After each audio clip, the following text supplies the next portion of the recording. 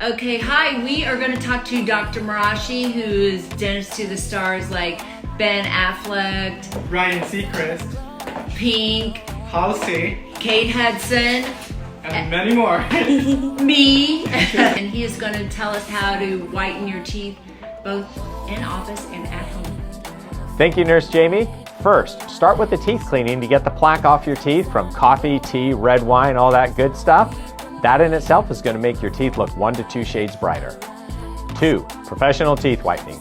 Your dentist is going to paint a concentrated peroxide gel on top of your teeth and let it soak for about an hour. As the peroxide soaks into the teeth, it'll break up all the internal discolorations. For an at-home alternative, yes, you can use over-the-counter products. Just make sure that they have a seal from the American Dental Association.